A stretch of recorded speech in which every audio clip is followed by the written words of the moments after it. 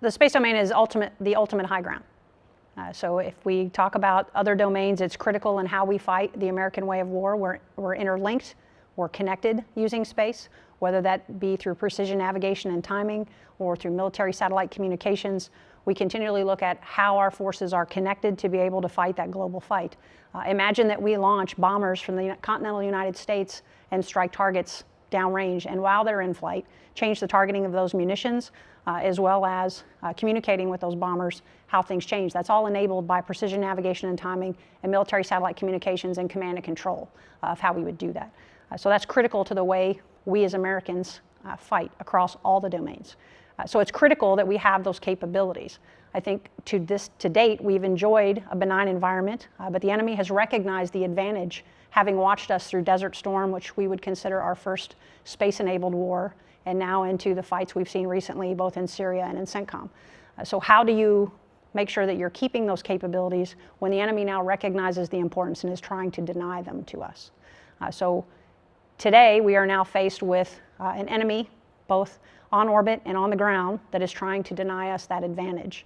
So in Air Force Space Command, my concern as an A36 is how do we enable the capabilities to fight through that? So again, the capabilities we have today were not built for that purpose. So in World War II, you had 9,000 bombers with multiple bombs on their aircraft, so thousands and thousands of bombs going against one target.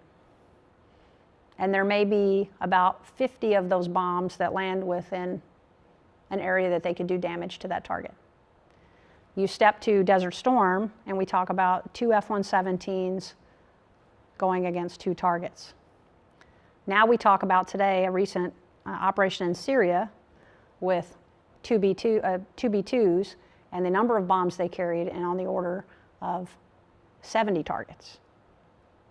So again, the number of resources and human lives we have to put at risk, and the amount of iron we have to put on the target to have the same effect World War II to today is very different. That helps us both economically and in the budget process. It also helps us with risk and the loss of life if we go to war. So those are all things that are force multipliers. Today, could we afford 9,000 bombers? So again, it's on a scale, and space has allowed that to happen, or enabled that, should I say. One of the things when we developed the Global Positioning System, GPS, I don't think we thought through all the capabilities that would be built from that system. So I want you to think about banking. A lot of people forget that GPS also brings a precision timing signal with it as well. So our New York Stock Exchange, many of our stock markets are timed and synchronized using GPS time. Many of our military and satellite communication networks, as well as commercial, are synced with that timing signal. When you go to the ATM and get gas or pull money, those interactions at the ATM are also time-stamped using GPS time. So a lot of things are enabled that make our lives easier. It's kind of, we joke, it's like a light switch, right? When it's working, everything's perfect. Our concern is if those are taken away, what does it not only do to the military, but what does it do to the global economy and how we interact with our partners moving forward just in day-to-day life.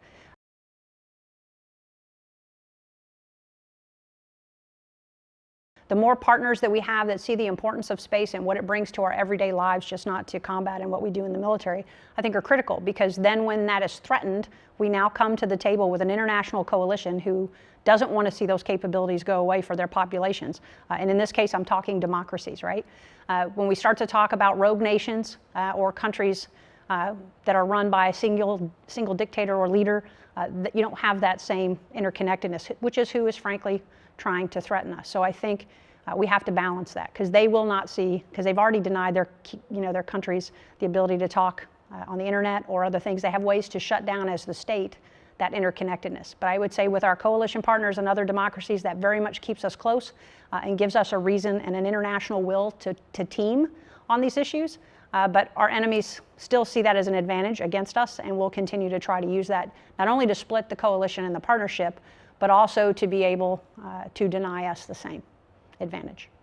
When we talk about space, a war that could extend into space, that is not just a space problem.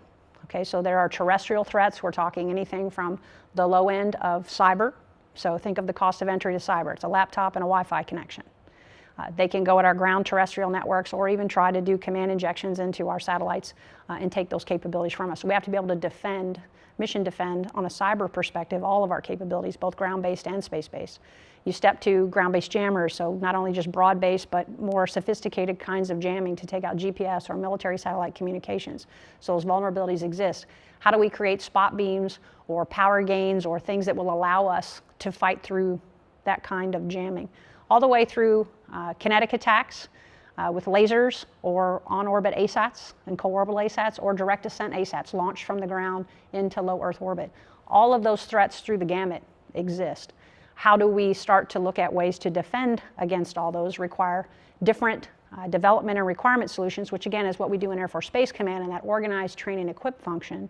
How do we start to look at the development and the requirements for satellites to be able to live and survive through those and continue to provide those same effects to the other domains? So when we go after those threats, some of it is building it into the weapon system and into the ground system. But also, as we talk about ground-based jammers, now I'm talking about how do I get on the target list with a combatant commander where the fight happens to be? How do I look at opportunities for working the deconfliction of different effects, both ground-based through naval power or air power, as well as do I have effects I can bring to bear in the space domain itself? All those effects, as in any fight, have to be deconflicted in order to get the outcome we want in the timing and tempo of our choosing. So I think a lot of times when we talk about a space force or we talk about where we're going in Space Command, many think it's space for space's sake. No, it's space to defend space in order to continue using it for the other domains. And again, that fight does not just require a space solution, it requires a multi-domain solution across all the domains out there.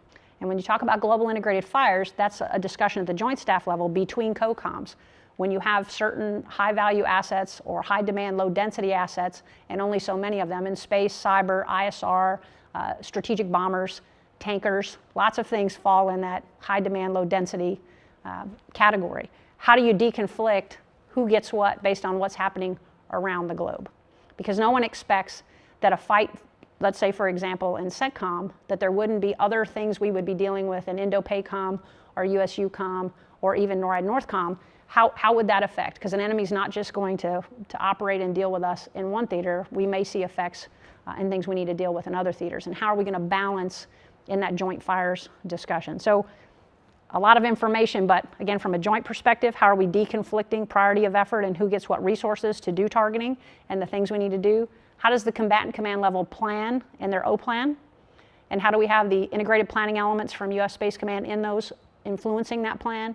And then down at the operational level, how are those targets now based on that weight of effort from the combatant command being sorted and prioritized in the actual air tasking order to be struck and in what order to get what effects?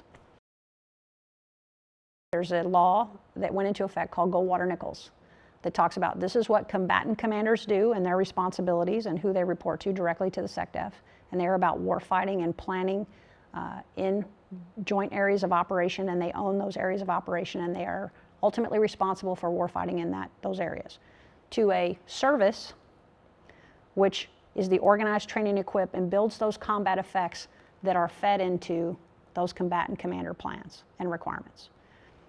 So under the recent Unified Command Plan for United States Space Command, we've restood that up in a different perspective now with this it's actually a Unified Command Plan mission for offense and defense, to develop offense and defense for the domain. And how do you deter, defend, and develop in the domain? And so General Raymond, as the new U.S. Space Command commander, is ultimately responsible for the defense of space as a combatant commander. To think of it as warfighting is warfighting, offense, defense, chaff, flare, radar warning receivers, all those same things that other domains have on their resources. How do we do that in space, understanding that the kinematics of a near zero G environment, what does that mean? And how do I engage? And how do I use those same concepts in the physics environment that I've been given? So how do we command and control that, and how do we defend that? So again, I go back to warfighting is warfighting. You need offense, you need defense. How are you going to do offense and in what ways? Again, one of the key things in space that we are concerned about is when you start to talk about offense, this isn't the same kind of kinetic look that you would see in other domains where you would want to blow something into bits or particularly destroy something that that creates debris, because for us the debris stays on orbit and then impacts the rest of that orbital regime as it propagates after the explosion around the orbit. So there's concerns about how much debris are we creating, how are we effectively killing the vehicle? Can it be a functional kill, killing solar panels or other things on vehicles that allow them to no longer operate? So I think those all come down to the kinematics in space are different, but warfighting is warfighting. Do you do point defense or do you do area defense? Again, it will depend on the threat and the munition. I also think it's different in space compared to the other domains in that we don't have existing approved upon norms. So how close is too close for one asset to be to another internationally? There are rules of the inherent right to self-defense that you see in other domains. So if you're in a different domain, let's say the air domain, and an enemy aircraft were to come hot on their radar and show threatening maneuvers, depending on the theater and what your rules of engagement are, you're probably engaging with that target. One, because you don't have time to call someone and ask permission, and there are lives at risk. In space, depending on the threat, there could be time to call and ask, what are we going to do and what are the authorities?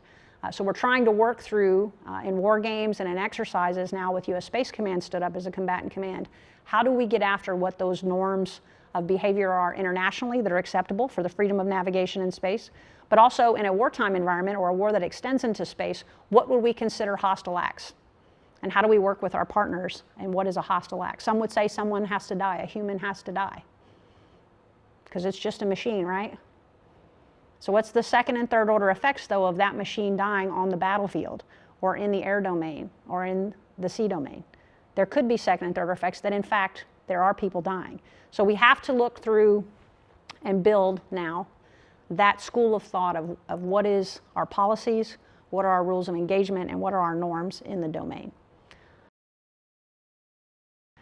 So we stood up U.S. Space Command on the 29th of August. Awesome. We now have a joint area of operation. 100 kilometers to infinity is the joint area of operations as identified in the Unified Command Plan for United States Space Command. Now, where are we building those game-changing space capabilities that are feeding into those combatant commands? And not just U.S. Space Command. All of them will require more ISR, more precision navigation and timing, more military satellite communications. They're going to need more and more of it. Who is developing that? Right now, that's Air Force Space Command under the Air Force. So we're competing in budgets with airspace and cyber in a single command, in a single service. So bringing Space Force about to be a separate service allows you to singularly have a service, a sixth service, that focuses purely on the space domain and building those space capabilities, which is what we need. A pure focus, a pure budget, a pure look at nothing but space from a single entity. And I think that's, again, the synergy you bring from the warfighting arm of U.S. Space Command and the organized training equipped building those combat capabilities of a Space Force. I would challenge you that we will deliver forces through space quicker as we look at the evolution of commercial space travel and how we do that. I would challenge you that as we go to the moon and we look at things that are cislunar, those are things we look at, and what does that mean to the space domain and the defense in space? And how will weapons be postured in certain orbits? And cislunar is teaching us some of those things. So I think as we go through, the technology is continuing to grow. What's really exciting in our business, I said this earlier, that cyber is a Wi-Fi connection and somebody with a laptop. Really low cost of entry. In our business, it's really expensive. Between the launch and the actual building of the satellite, billions of dollars in some cases. So how, now that industry has caught up, this is a different domain. All the others sort of grew together with the military. In this case, military grew and this was too expensive for the commercial arena to do. Well, they're now catching up and they're surpassing us. Those technologies, and the more that comes with our industrial base, you will see the nature of war in and through space for a war that could extend into space change dramatically because of that industrial growth. All of you come to the table and you're in the room today together with experiences. Learn from each other, start building your networks, because when we go to war, those friendships, those connections, those relationships are going to be key to winning. Many countries have many capabilities, but why the American way of war and why we are the best in the world is because of our airmen and the men and women who are on our weapon systems day in and day out.